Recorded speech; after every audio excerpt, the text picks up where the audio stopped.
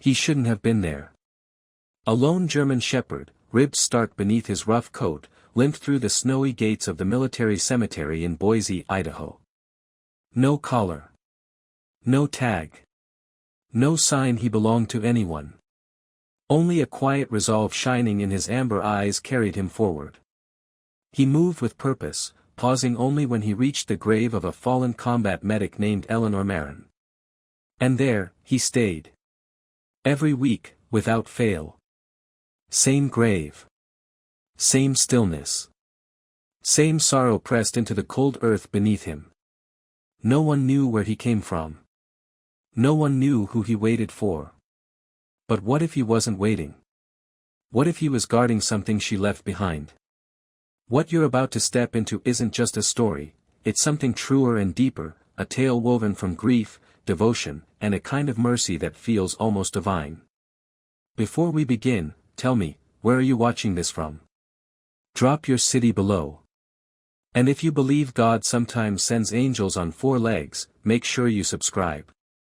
Because this story won't just move you. It might mend something inside you. The wind swept over the Boise foothills, sliding across patches of frozen ground. Early winter had settled in like a soft warning. Heavy, colorless clouds hung stubbornly in the sky, refusing to part. Bits of hardened snow clung to the shadows of old headstones while tall pines trembled along the ridge, their needles rattling in the cold. The only sounds were the mournful whistle of wind and the crunch of boots pressing into frostbitten soil. Cameron Blake, early 40s, stood motionless before a granite headstone carved with the name Eleanor Marin, 1987 to 2021. A tall, broad Marine with the weary bearing of a man shaped by too many battlefields, Blake carried scars both visible and buried. A thin mark cut down his right jaw, a ghost from Fallujah, but the grief in his eyes left a far deeper impression. He wore his olive service jacket, frayed slightly at the elbows, the U.S. Marine's patch faded from years of sun. In his gloved hands he held a small bouquet of forget-me-nots wrapped in brown paper. Eleanor had loved the flowers, not for their color, but for their name. He knelt and set the bouquet at the foot of her grave. His fingers brushed the cold stone, tracing her name as though he hoped it might change. But it never did. Eleanor had been a combat medic, unyielding, compassionate, stubbornly gentle. They met in the back of a blood-slick Humvee during their second tour in Kandahar. She'd saved more lives that week than anyone else on base, including his. Words failed him back then, so he married her instead. 3 years ago, she was killed in a highway accident outside Coeur d'Alene on her way back from a first responder training event. Driving alone. Heavy snow. No one ever figured out why the car veered off the road. Blake had never healed, not from losing her, nor from the silence that followed. He lowered his head, ready to turn away, when something moved at the corner of his vision. A shape crouched at the base of the hill, still as carved stone. Not a person. A German shepherd. Its coat patchy, matted, ribs visible even from where Blake stood. The dog sat perfectly still, eyes locked on Eleanor's headstone with unsettling intent. No collar. No leash. No sign of a home, just raw devotion. Blake stepped closer. The dog didn't run. Its ears flicked, but it held its ground. The animal was thin to the point of frailty, patches of fur missing, one paw trembling. Its brown eyes were cloudy with exhaustion yet fiercely focused on the grave. When Blake came within a few steps, the dog finally turned its head toward him and released a sound. Not a bark. Not a growl. A soft, broken whine, that stretched into something else. Something that stopped Blake cold. It sounded like, ma, ma. The syllables were rough and strained, pulled from a dry throat, but unmistakably formed. Ma, ma. Blake froze. He crouched slowly, voice steady. Hey, buddy. You out here alone? The shepherd tilted its head but didn't approach. Blake extended a hand. The dog flinched, but stayed. Then came the sound again, softer this time. Ma, ma. Blake's pulse tightened. He had heard strange things on battlefields, dying men whispering for their mothers, animals crying from storm drains, but this was different. This felt intentional. A sudden tap of a cane sounded behind him. Blake turned to see Holston Greaves, the cemetery caretaker. A wiry man in his late 70s, stooped with age but sharp-eyed beneath a wool cap. "That dog's been coming a long while," Holston grumbled, nodding toward the shepherd. "Every Tuesday. Same time. Same grave. You're sure it's this grave?" Blake asked. Holston huffed. "Son, I've worked here 22 years. I'd bet my pension on it. Sits right there, cries sometimes. Never bothers anyone." "He leave with anyone?" "Nope. Comes alone. Leaves alone." Blake looked back at the shepherd, now lying down again with its chin on its paws, eyes glued to Eleanor's name. A heaviness settled in Blake's chest, an instinct he'd learned to trust. Something wasn't right. "Mind if I come by tomorrow?" Blake asked. Holston shrugged. "I'm here at dawn. You'll find me." The wind rose, scattering leaves across the marble path. The shepherd squinted into the gust, but didn't move from his vigil. Blake lingered, unsure what to do. Finally, he walked away, the dog's fragile voice echoing behind him. "Ma, ma." The next morning, the cold in Boise felt sharper, an icy bite that crept into joints, not just brushing skin but sinking deep. Dawn barely lifted over the horizon. The clouds hung thick and heavy, as if threatening to drop snow at any moment. Camp Kinsley, the old Marine base at the city's edge, lay muted in the brittle air, its buildings stoic and gray beneath the sagging sky. Blake parked his truck beside a row of aging kennels near the supply station. Once, this place had held active K-9 units in constant rotation. Now most of the cages sat empty, used occasionally by animal control or military families who needed temporary boarding. But today, one pen wasn't empty. Inside, curled small in the corner like he was trying to disappear, was the German shepherd from the cemetery. Blake had given him a name now, Coda. The name just arrived in his mind without reason, like something remembered rather than created. And the shepherd didn't protest it. Coda lay wrapped in a thin wool blanket Blake had set in the corner hours earlier. His ribs were still visible beneath his fur, even after being fed and cleaned.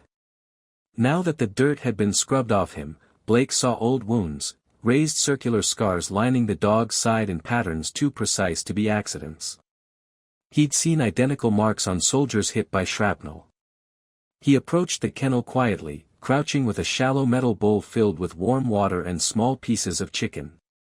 Coda didn't move, only lifted wary eyes that tracked every motion Blake made. "Easy," Blake murmured, his voice soft and level, using the tone handlers had drilled into him years ago. "Just you and me today." Coda shifted. Slowly. Cautiously. He stretched his neck forward, sniffed Blake's glove, then nudged the bowl. The way he moved, low posture, weight balanced evenly, intentional, wasn't stray behavior. It was trained. Later, Blake carried him into the old infirmary, now repurposed as a makeshift grooming room. A metal tub sat in the center, water lukewarm and steaming lightly in the cold air. Coda stiffened when Blake lifted him in, his legs rigid, but he didn't fight. Blake washed him carefully, bit by bit, letting the grime melt off. Coda tolerated the bath with a discipline no typical stray possessed. As the fur loosened, something caught Blake's eye. Just under the shepherd's right shoulder blade was a scar, long, uneven, about the size of a quarter. It wasn't a wound. It wasn't from a fight or a scrape. It was surgical. Blake's stomach tightened. A chip removal scar. Military K-9 units were microchipped for identification and tracking. Standard procedure. Removal wasn't sanctioned, and it was never neat. But this? This had been ripped out, likely in a hurry. He whispered under his breath, someone didn't want him traced. By the time he finished rinsing him, the water was murky brown. Blake wrapped Coda in a thick towel and dried him slowly, speaking in quiet rhythms, nonsense phrases Eleanor used to soothe injured patients. To his surprise, Coda leaned gently into the touch. When his fur dried enough to brush, Blake tested something that had been gnawing at him since yesterday. He looked directly into the shepherd's eyes. "Ellie." Coda jolted. Not a flinch. Not a jump. But a subtle stiffening, his ears twitched, and his posture shifted halfway forward like a muscle memory responding. Blake tried again. "Ellie."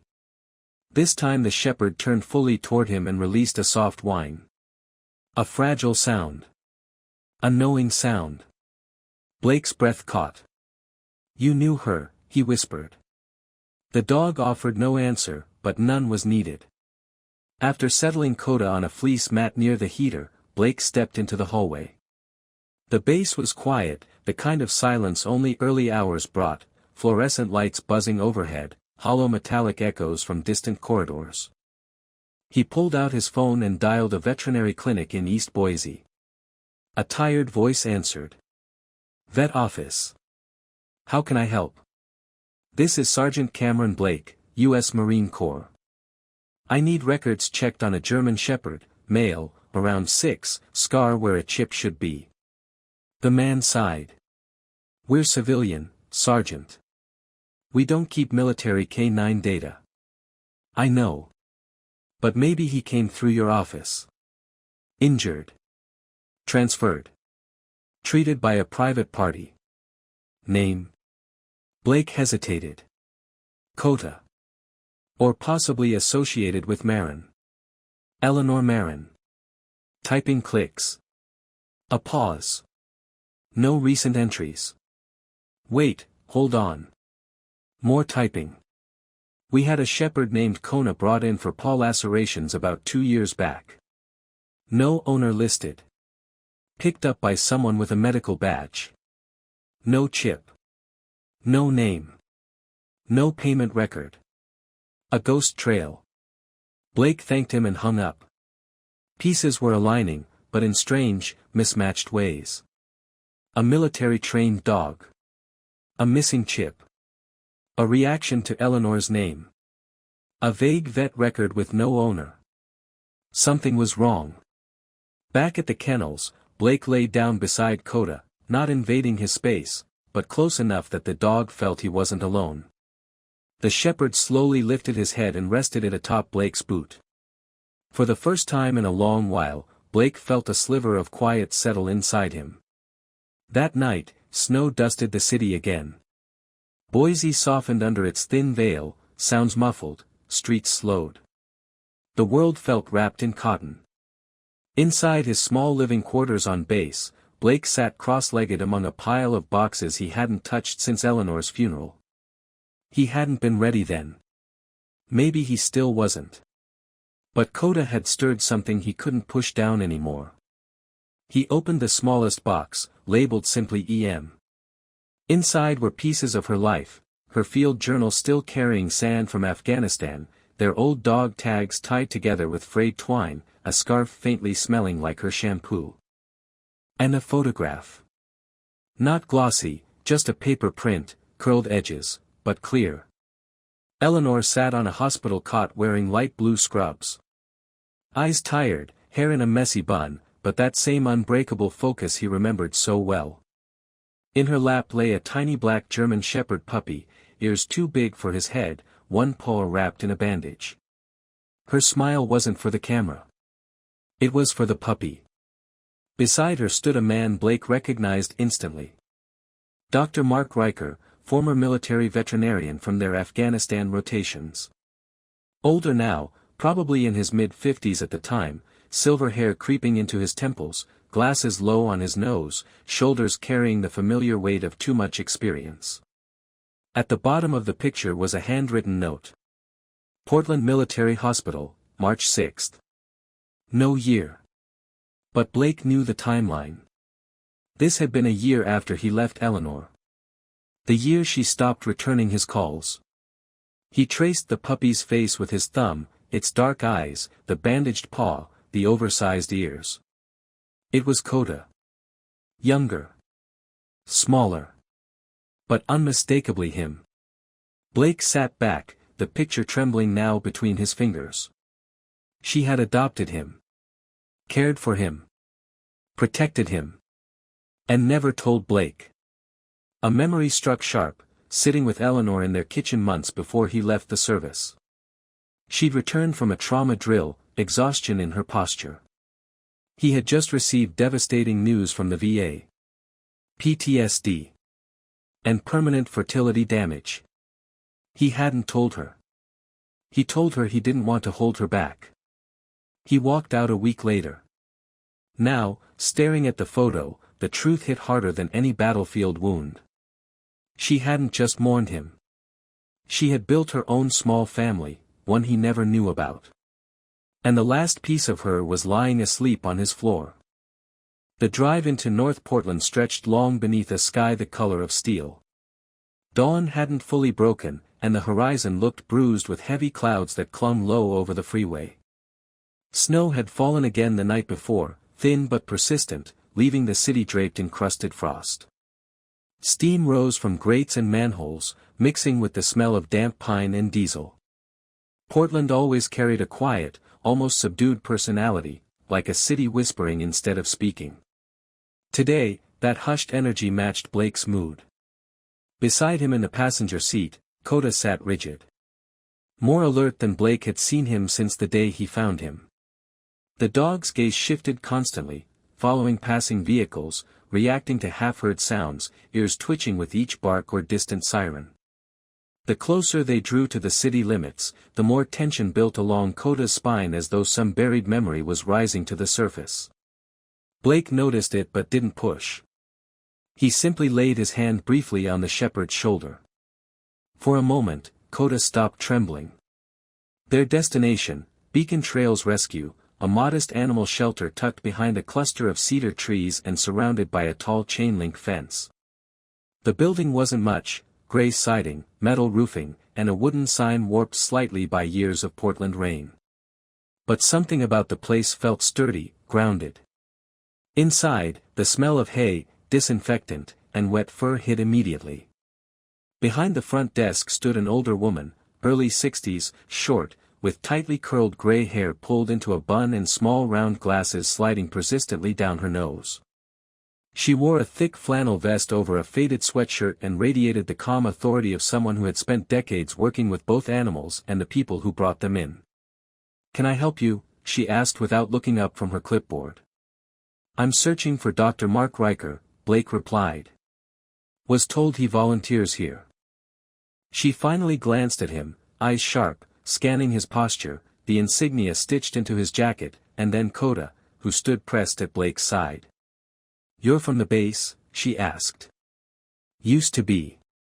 She nodded once. "Riker's in the back kennels. Last door at the end of the hallway." Blake thanked her and led Coda down the narrow corridor. They passed rooms lined with crates, each one carrying soft whines, the shuffling of paws, or the sleepy sigh of a dog waking from sedation.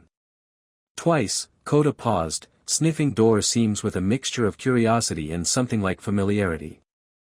At the final door, Blake knocked. A voice called, "Come in." The room was simple, linoleum floor, metal exam table, shelves stocked with supplies, and a heat lamp glowing over the corner mat.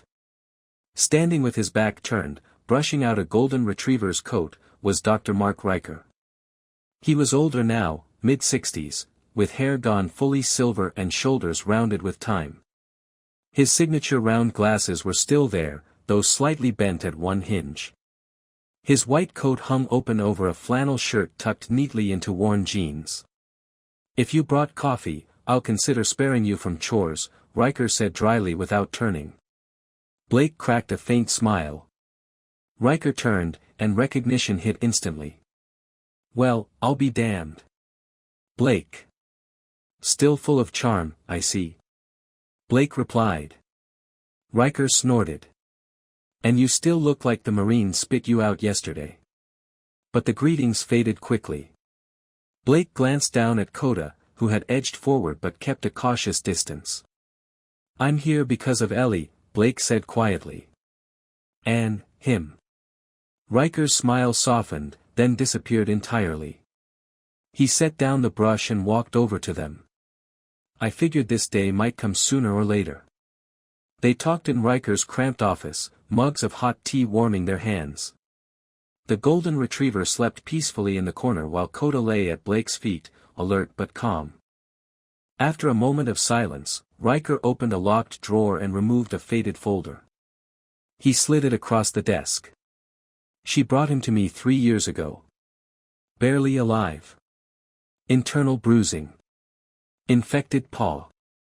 Looked like he'd been kicked, or dragged." His voice tightened. "No chip. No owner. Just a broken collar." Blake opened the folder. Inside were intake sheets and photos. One showed Coda, tiny, bandaged, fragile on a blanket. "Why didn't she tell me she'd taken him?" Blake muttered. Riker looked at him steadily. "She didn't tell anyone anything after you left. She kept the world at arm's length. Except him." He paused. "She named him Coda Marin." The words hit Blake like a blow. A family he didn't know he'd abandoned. He swallowed hard. "Where did she go after that?" Riker hesitated, a rare flicker of fear in his eyes. "She said she was volunteering at a place called Cedar Path. A recovery and animal program. Seemed legitimate. But after a few weeks, something changed. She visited me one night, shaking. Said she couldn't stay there." "What did she say exactly?" Blake pressed. "That it wasn't safe. Not for her. Not for the animals. She had scratches on her arms she wouldn't explain." Blake leaned forward. "Did she report anything?" "No," Riker said. "She just said she'd handle it. Dropped Coda off with me for a few nights. Then came back and took him. I never saw her again." "What kind of place is Cedar Path?" Blake asked. Riker exhaled slowly. "A non-profit, on paper. But I've heard rumors. Volunteers disappearing, missing reports. A few dogs that never made it to adoption lists." Blake's pulse hammered. "You kept all her forms?" he asked. Riker tapped the folder. "I kept everything because something always felt off. Thought someone might come looking one day." Blake shifted, emotion thick in his voice. "Thank you." Riker rested a hand on the folder. "Just make sure that dog never ends up in the wrong hands again." As they left the shelter, Coda froze at the doorway. His nose lifted, sniffing the winter air as if catching a scent from a memory he wished he could forget. Then he followed Blake to the truck, silent. The Portland skyline shrank in the rearview mirror as they drove away, the folder resting heavily in Blake's lap. Eleanor had tried to start again. Tried to protect something vulnerable. Tried to outrun whatever lived inside Cedar Path. Now Blake wasn't just chasing answers anymore. He was following her unfinished path, into the dark she couldn't escape. The snow had thinned by the time Blake crossed the last stretch of Oregon Highway, but the cold only sharpened as he neared Salem. The sign for Cedar Path Recovery and Animal Welfare appeared suddenly, dark wood carved with elegant lettering, mounted beside an iron gate draped in ivy. If you didn't know better, the place looked peaceful. The property sprawled across several acres, tucked behind cedar trees thick enough to hide almost anything. Modular cabins dotted the grounds. A main office stood at the center, flanked by fenced dog runs and a long building that appeared to hold kennels. On the surface, nothing looked wrong. But Blake had learned long ago that the quietest places often hid the darkest corners. He adjusted the angle of the baseball cap he wore and glanced at the laminated badge clipped to his collar. James L. Cole. Marine veteran, volunteer program. The ID was forged, cleanly, discreetly, sourced through old contacts who still owed him favors from his service years. His clothes were plain, jeans, a thermal undershirt beneath a surplus jacket, boots scuffed enough to blend in. He wore the look of a man trying to rebuild himself. As planned, Coda remained in the truck. Bringing him inside might draw too much attention. And something in Blake's gut warned him not to expose Coda to this place until he understood what they were dealing with. Coda whimpered softly when Blake shut the door, an ache tightening in Blake's chest. "I'll be back," he murmured through the glass. The volunteer intake building stood squat and unremarkable. Inside, a woman with straight blonde hair and a clipboard greeted him. Danielle, early 30s, tall, angular, with a polite smile practiced to the point of sterility. Her presence carried the kind of polished neutrality that comes from someone trained to spot lies and concealments. "Mr. Cole, welcome to Cedar Path," she said, her handshake firm. "We appreciate veterans giving their time." "You served?" she asked, scanning his ID. "Iraq," Blake replied smoothly. "3 deployments. Got out in 17. Trying to stay busy." Danielle nodded. "Purpose and structure help. That's what our program offers. Come, I'll give you a tour." They walked the central pathway lined with dog enclosures and small residential cabins.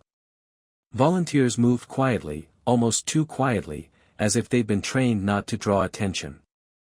Their steps were measured. Their expressions blank. Blake noticed something immediately. The dogs didn't bark. Their eyes followed movement with unnerving intelligence, but their mouths stayed shut. Some limped. One had fresh tape around its neck. Others bore scars not uncommon in military K9s. "They look well fed," Blake commented, watching a handler lead a shepherd with a stiff gait. "We take medical care seriously," Danielle replied. But her tone sounded like it had been lifted straight from a script. As they passed a long building, Danielle pointed to a fenced-off area near the back. "That section is restricted," she said sharply. "Dogs with aggression histories. Trauma cases. Only certified handlers allowed." Blake nodded as though he understood. But his instincts flared. He spent the next 3 hours in the yard, cleaning kennels, hauling bags of feed, pretending not to notice too much. Yet he noticed everything. Cameras in every corner.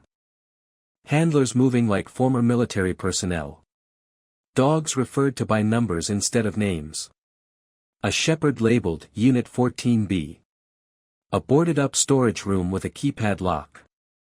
Nothing about this place felt like a rescue.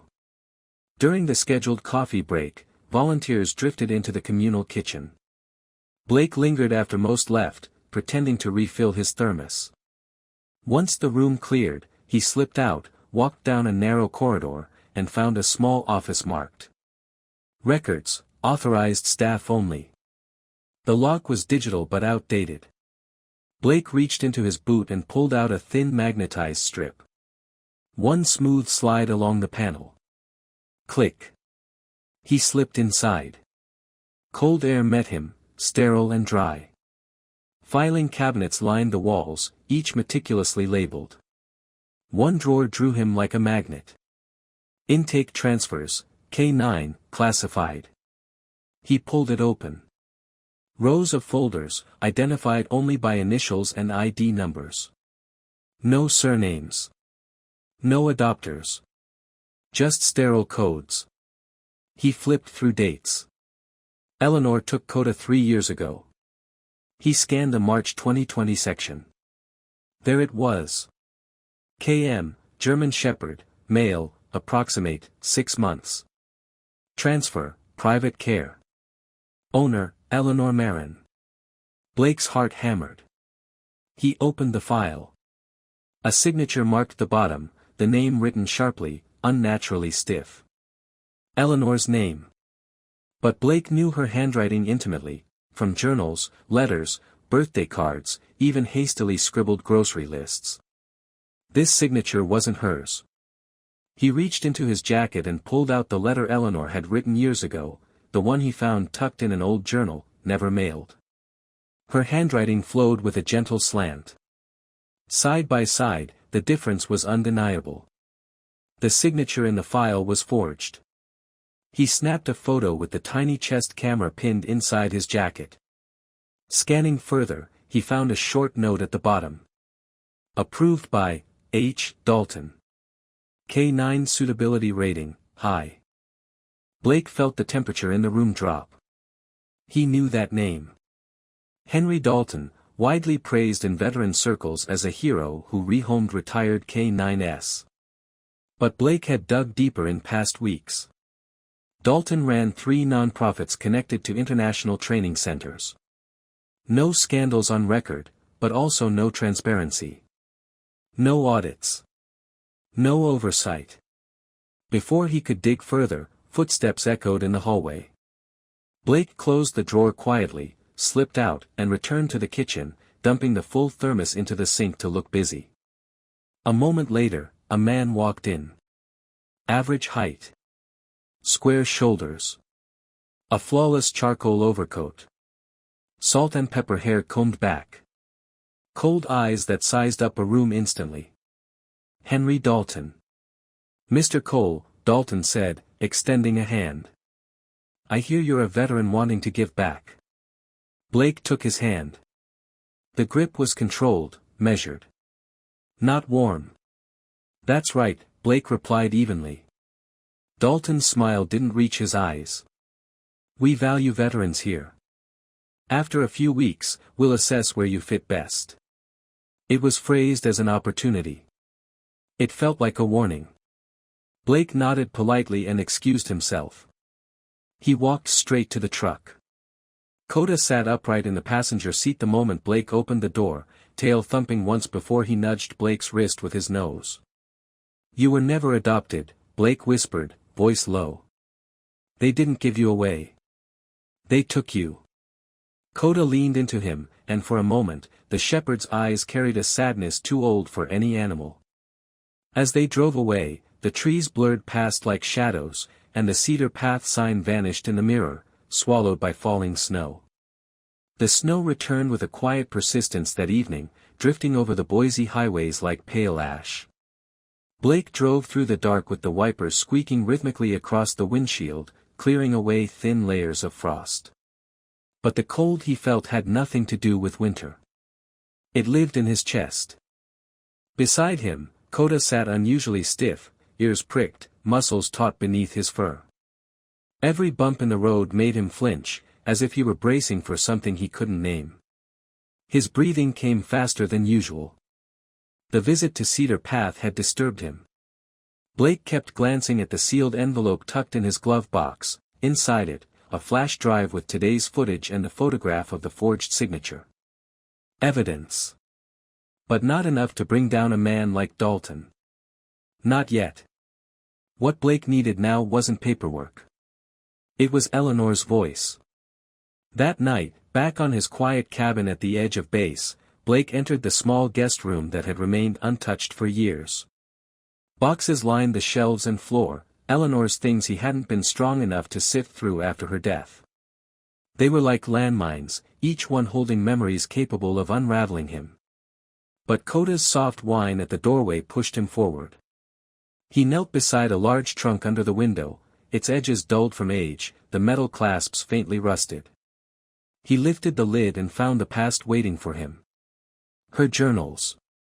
Nursing textbooks. A Polaroid camera with a cracked corner. Folded scrubs still smelling faintly of antiseptic. As he lifted the items one by one, something hard shifted beneath the lining of the trunk. A small metal bump. Blake reached inside and tugged until a thin digital camcorder slid free, dusty, worn, old. On the side, written in faded marker. E. Marin, Deployment Kit. His breath hitched.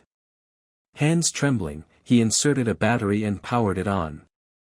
Most of the files were corrupted or blank. But one folder remained intact, labeled in Eleanor's handwriting. For C. Dated 3 months before she died. He clicked play. The screen flickered before a dim room appeared, blurry at first, then stabilizing. Eleanor sat on a bench, illuminated by a faint overhead light. Her eyes were red, her hair tied back haphazardly. Behind her, the outline of a kennel door loomed in shadow. Her voice cracked on the first try. If you're watching this. She stopped, swallowed, and tried again. If you're watching this, something happened. I didn't want to drag you into this, Cam. God knows I fought it. But if you found Coda, you deserve the truth. She twisted a bracelet on her wrist, the bracelet Blake had given her after their second deployment. I joined Cedar Path because I thought I could help, she said. Women. Kids. Abandoned dogs. I thought it would be healing. Her breath shuddered. But it didn't take long to notice problems.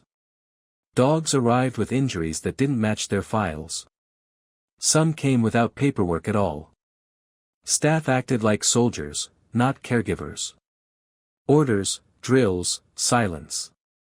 She rubbed at a tired eye. Then one night, I saw Henry with a group of K9s. Not therapy dogs. Not rescues. Military-trained shepherds. Aggression protocols. Commands in multiple languages. She looked into the camera then, really looked. They weren't rescuing these dogs. They were selling them. Overseas. Places with no regulations. The ones that failed, disappeared. Her voice grew smaller. Coda was next. They said he was too reactive. Too much fight. I couldn't let them take him. She shifted, as though listening for a noise just outside the door. So I forged papers. Stole him. Ran. But I think they know. I see vans outside my apartment. My phone clicks sometimes like it's tapped. I'm scared. Tears welled in her eyes. If anything happens to me, promise me you won't let them take him back. Promise me he won't end up in another cage with no name. He's the only part of me I managed to save. She inhaled shakily. I'm sorry. I'm so sorry. The screen cut to black. Blake sat frozen, the camcorder heavy in his hands. His throat tightened around a breath he couldn't seem to release. That cold he carried in his chest turned to something darker, rage, grief, guilt all twisting together. Eleanor hadn't died in a random car accident. Not if everything she said was true. She had been running. She had been terrified. And she had died trying to protect Coda. Blake transferred the video to multiple USB drives, encrypting them with old military protocols, even ones he never expected he'd use again. He stored one drive in a fireproof safe. Another he hid in a metal lockbox beneath the floorboards. One more he uploaded online to an anonymous encrypted drive through a VPN. But that night, sleep refused to come. Coda curled beside the door, ears twitching at every gust of wind. Blake sat at the kitchen counter, replaying the frozen frame of Eleanor's face, her fear, her urgency, her plea. Hours passed before his exhaustion finally pulled him down into a restless haze. At 2:30 a.m., a sound broke the silence. Soft. Faint. But undeniably wrong. Coda shot up before Blake even registered the noise, hackles raised, a low growl building deep in his chest. Blake moved quickly down the hallway. The back window stood slightly cracked open. A sharp draft swept through the room. He hadn't opened that window. He rushed to the safe. The USB drives and documents that had been stored inside, everything except the one hidden under the floorboard, were gone. He checked the rest of the cabin. No forced entry. No footprints in the snow. No broken locks. Whoever came had gloves, precision, and confidence. And they knew exactly what to take. They hadn't taken the camcorder only because Blake had hidden it away again before sleeping. He didn't call the police. Didn't call the base. Didn't call anyone. He simply sat down on the floor beside Coda, who pressed his body against Blake's leg, trembling with instinctive alarm. Blake stared at the empty safe, at the evidence that had vanished. Henry Dalton knew. And now, Blake knew something too. This wasn't about a dog. It wasn't even about Eleanor. This was an operation, one Eleanor had died trying to expose. And now Blake was inside it. The morning sky over Boise looked like hammered steel, unyielding, heavy, and dark with the weight of an approaching storm.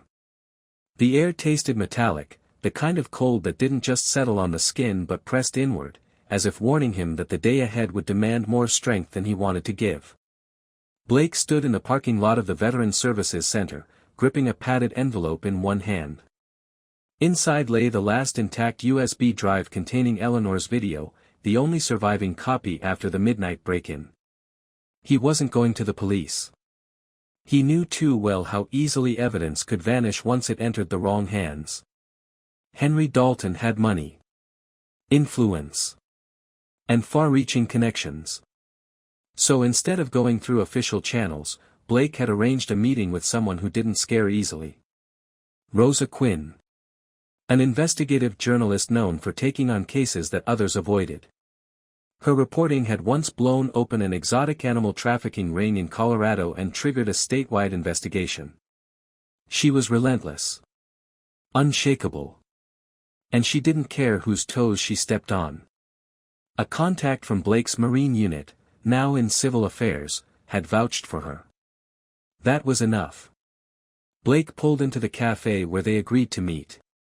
Through the frosted windows, he spotted her immediately, leaning against the entrance frame, arms crossed, posture steady. She looked like someone who had seen enough lies to recognize a new one from miles away. Rosa was in her early 40s, tall and poised, with warm brown skin and shoulder-length curls tucked into a knit cap. Her expression held a quiet intensity, calculating but calm. "Sergeant Blake," she greeted, extending her hand. "Thanks for coming," he replied. "I get dozens of tips a day," she said, her voice low and controlled. "But what you sent? That didn't feel like a tip. It felt like a warning." They went inside and settled into a booth at the back, near the hum of the kitchen where privacy was easier to maintain. Rosa opened her laptop, and Blake slid the envelope across the table without a word. When the video played, Rosa didn't interrupt. Didn't move. Her face hardened with each second of Eleanor's trembling confession. When the footage ended, she leaned back slowly, exhaling through her nose. "That," she said, "is devastating." Blake's voice rasped. "It's all I had left." "It's enough to start something," Rosa said. "If what she says is accurate, Dalton isn't running a charity, he's running a covert pipeline. Unregistered dogs, forged transfers, military-level training, and export tags from countries with minimal oversight. That's not a rescue. That's a black market operation hiding in plain sight." Blake nodded once. Silent agreement. "But I'll need more," Rosa continued, flipping open her notebook. "Evidence from multiple angles.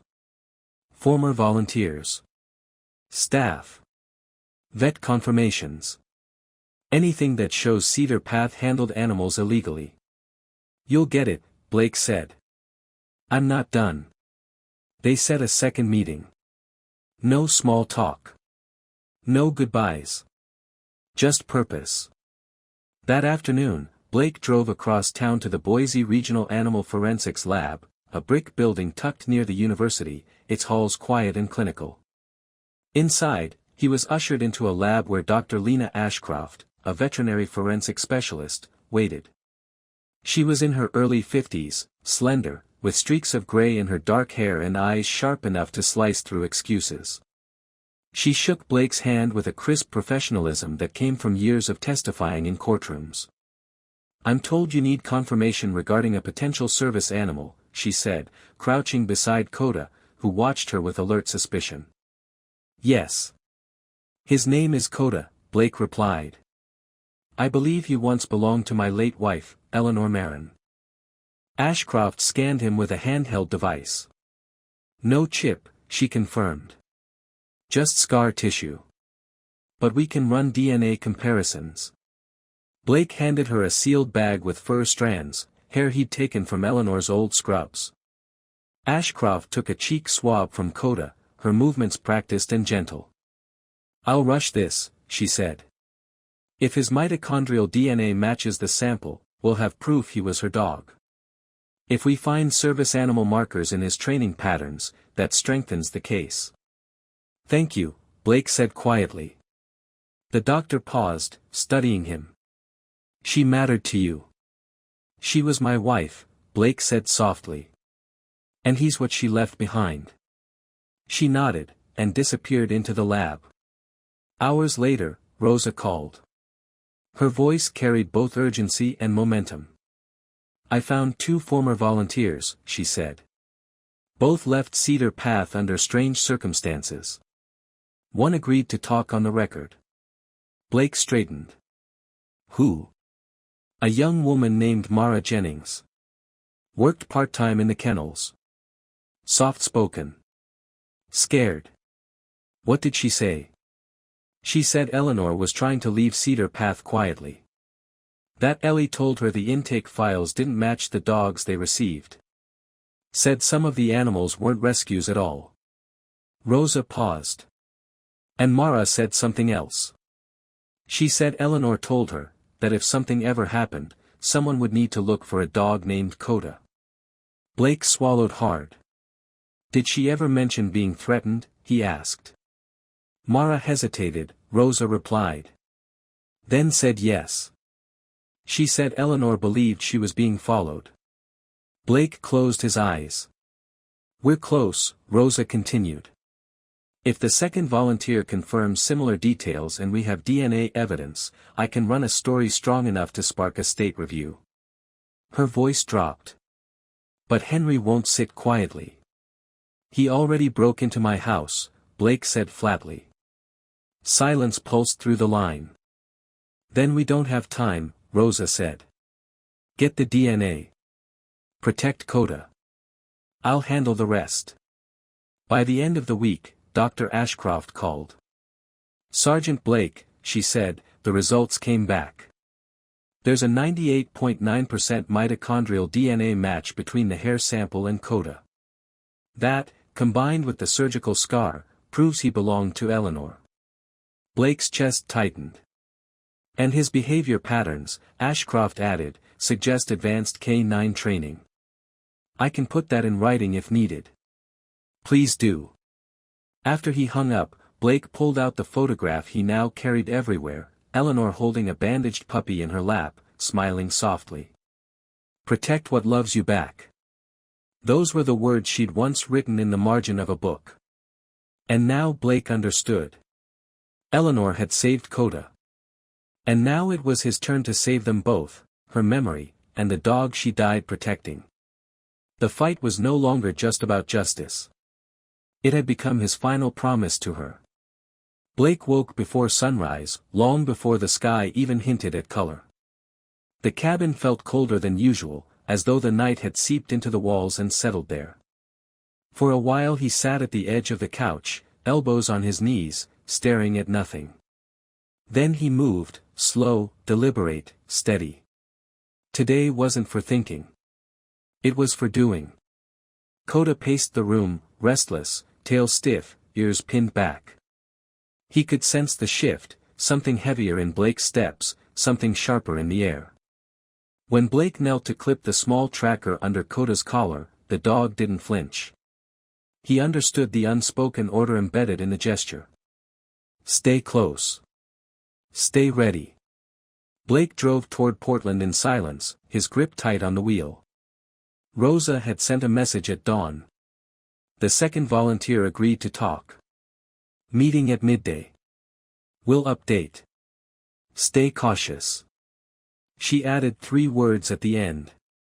"He knows now." Blake already suspected it. He felt eyes on him everywhere, cars trailing too long, figures lingering in mirrors, an odd van parked near the cabin the night before. Dalton had shown his hand by stealing the flash drive. And men like Dalton didn't wait around once patience was spent. By late morning, Blake arrived in the outskirts of the city, parking several blocks away from the address Rosa provided. It was a run-down duplex with peeling yellow paint, sitting between two empty lots overtaken by weeds. Rosa waited by the fence, scanning the street the same way a soldier checks corners.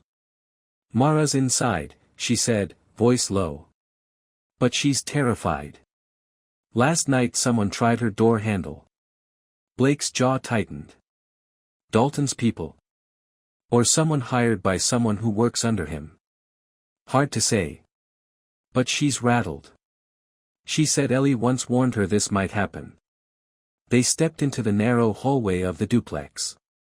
In the living room, a young woman sat curled on the arm of a couch, early 20s, thin, with red-rimmed eyes.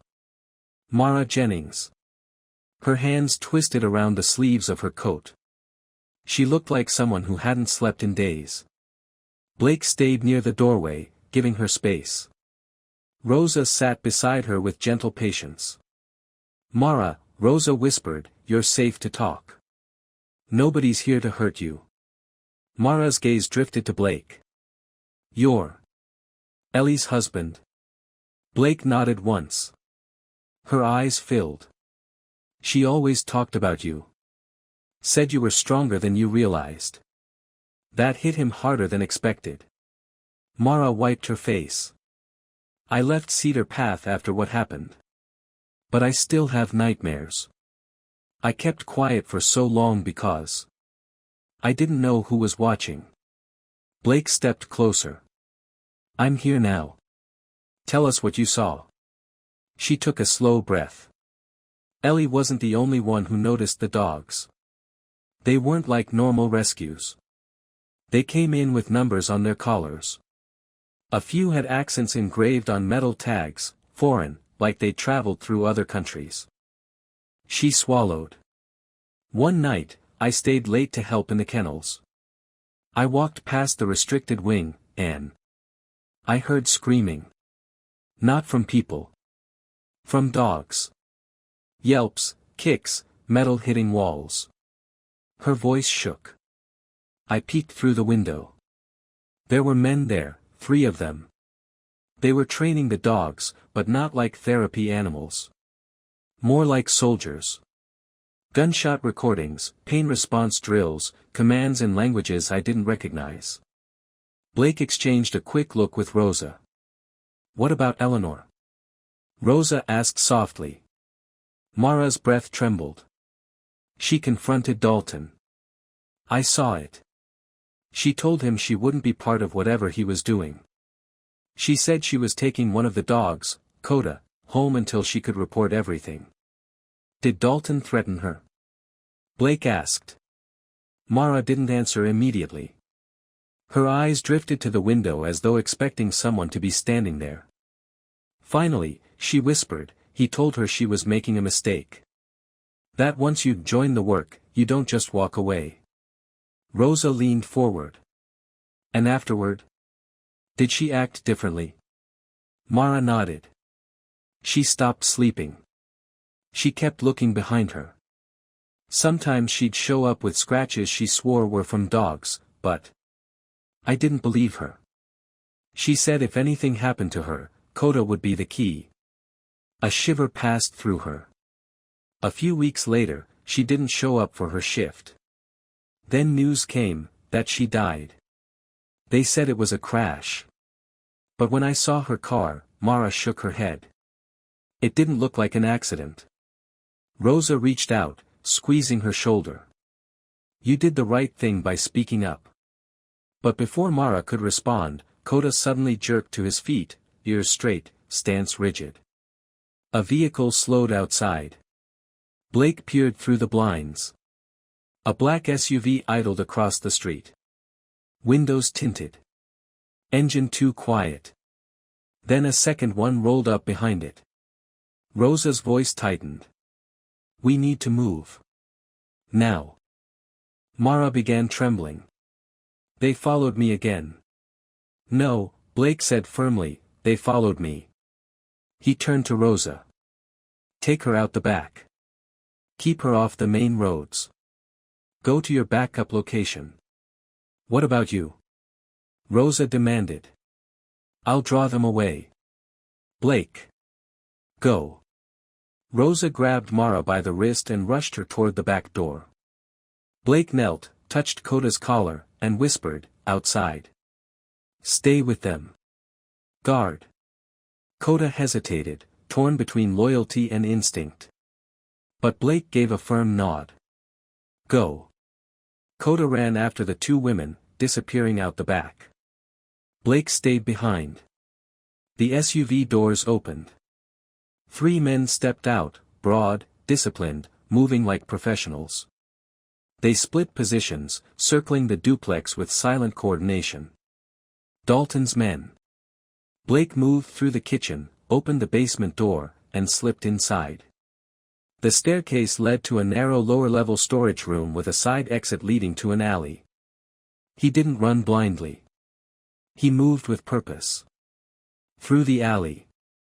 Around the bins. Past the chain-link fence. He kept his head level, step steady, posture blending into the shadows between industrial buildings. He reached his truck 6 blocks away. Through the mirror, he saw one SUV trailing Mara and Rosa's direction. The second SUV followed him. Good. Perfect. He wanted them on him, not the others. Blake turned onto the highway, his hands tight on the wheel, his face set with a cold determination he hadn't felt since deployment. The SUV kept a careful distance, following but not confronting. Dalton wasn't trying to kill him. Not yet. He wanted to know how much Blake knew. What he had. Where he kept it. Blake finally understood the stakes. Dalton wasn't worried about rumors. He was worried about proof. And Blake had proof. Buried. Hidden. Backed up. Far more than Dalton thought. Blake accelerated. The SUV matched. Fury simmered beneath the calm. For the first time since Eleanor's death, Blake felt a purpose sharp enough to cut bone. He would finish what she started. He would bring the truth into the light. And when Dalton tried to silence him, Blake would be ready. The highway unfurled in front of Blake like a long strip of steel, stretching endlessly beneath a sky turning darker by the minute. The SUV trailing him maintained a steady 2-car distance, never closing in, never falling back, moving with the confidence of men who believed they owned the night. But Blake wasn't running. He was leaving. Far from the city limits, the landscape opened into quiet farmland, empty fields dusted with frost, abandoned barns leaning under the weight of age. He made a sharp turn onto an old service road, gravel crunching loud beneath his tires. The SUV followed without hesitation. Just as he wanted. Blake pulled into a deserted lot next to a collapsed shed. He killed the engine. The world became unervingly still. The SUV rolled to a stop behind him. Doors opened. 3 men stepped out, same type as before, broad shoulders, clean cuts, military posture. They walked with the cold assurance of professionals who did this often, and never encountered resistance worth remembering. Blake stepped out of his truck, hands by his sides. Sergeant Camden Blake, one called. You've caused a complication. Blake didn't respond. You have something belonging to us, another added. We're here to collect it. No need to make this harder. Blake's expression stayed calm. What is it you think I have? The third man, the one in the center, clearly the leader, smirked slightly. You know exactly what. And you know exactly who sent us. The name hung unspoken. Dalton. Blake let a beat of silence stretch between them. Then he said, if you're here for the evidence, you're too late. The smirk disappeared. What evidence? The kind that sinks people like Dalton. Blake took one step forward. And the more you chase me, the more I spread it. The men stiffened. He warned you, the leader said. He said if you pushed this, you'd end up the same way she did. Blake's jaw clenched. Say her name, he ordered. The man shrugged. Marin. Eleanor Marin. The nurse who didn't know when to walk away. Rage burst through Blake's chest like a blade. But he held it. Controlled it. Let it sharpen him instead of break him. You made a mistake, Blake said softly. A big one. How so? You followed me. His voice dropped. When you should have been watching the others. The men exchanged brief glances. Blake smiled, cold, hollow. Because he had known exactly what Dalton wanted the moment the SUVs split, they were trying to divide them. To isolate Blake. To capture him, interrogate him, strip him of evidence and names. But Blake had prepared for it. Rosa, Mara, and Coda were already halfway to a secure location, one Rosa had arranged, hidden under the radar, off the grid. A place even Blake didn't know the address of. Only the journalist did. You're chasing the wrong person, Blake said. The evidence isn't on me. And by morning, the whole story will be in the hands of more people than you can silence. The leader scoffed. You think we can't stop a journalist? You can't stop what she already sent, Blake replied. And you can't stop what I have buried. The man's jaw ticked. Then he stepped forward. You're coming with us. One way or another. Blake didn't retreat. Didn't waver. Because this time, he wasn't fighting alone. A low growl vibrated in the silence. The men froze. From the shadows behind the shed, Coda emerged, fur raised, eyes burning with protective fury, posture poised like a trained soldier awaiting a command. He tracked Blake's scent all the way there. Coda, Blake said quietly, stay. The shepherd held his ground, trembling with restrained aggression. The men hesitated. For the first time, doubt crept into their expressions. You really want to do this? Blake asked. Weapons shifted subtly at their waists. But before any of them could draw, headlights swept across the lot, blinding white beams rolling over the gravel road like an incoming tide. 2 more vehicles. But these weren't Dalton's. Rosa had sent help. A truck screeched to a stop, and 3 uniformed officers stepped out, state investigators Rosa had contacted hours earlier, armed with preliminary findings from Ashcroft and statements from 2 volunteers. One officer shouted, hands where we can see them. Now. Dalton's men froze. Coda barked, sharp, commanding, the kind of bark that came from training no normal shelter dog received. The officers advanced with purpose. The leader whispered under his breath, this isn't over. Blake focused his gaze directly into the man's eyes. It is for you. The 3 men were restrained, searched, and placed into separate patrol cars. As they were driven away, the leader stared at Blake through the window, fury burning beneath the surface. But Blake didn't look away. He stood tall, breath steady, the cold wind tugging at his jacket. Coda pressed against his leg, warm and alive, Eleanor's last gift, Eleanor's last plea made real. Rosa arrived minutes later, stepping out of her car with urgency in her stride. Are you all right? She asked. I am, Blake replied. Are they safe? Yes. Mara's in protective custody. Coda led her there like he knew the way. She paused. And I sent your wife's video to 5 independent outlets. By tomorrow morning, it won't matter what Dalton does. The story will be everywhere. Blake's throat tightened. Thank you. Rosa studied him. This isn't just about exposing a trafficking ring anymore. Dalton has been laundering money through 3 charities. He's connected to overseas contractors. The state will open an investigation. Maybe federal. It's bigger than any of us imagined. Blake nodded slowly. It won't bring her back. No, Rosa agreed softly. But it will finish what she died trying to start. Snow began to fall, slow, gentle flakes drifting in the cold air. Coda lifted his nose to it, tail swaying softly, a rare flicker of peace returning to him. Blake rested a hand on the shepherd's head. "We're going home," he murmured. Coda leaned in. A promise strengthened. As dawn crept across the horizon, painting the world in muted gold, Blake stood with Coda beside him, knowing the fight ahead would be long and relentless, but not impossible. Because he carried the truth. He carried her memory. And he carried the one soul she'd saved with her last breath. Whatever came next, he wasn't running anymore. He was ready.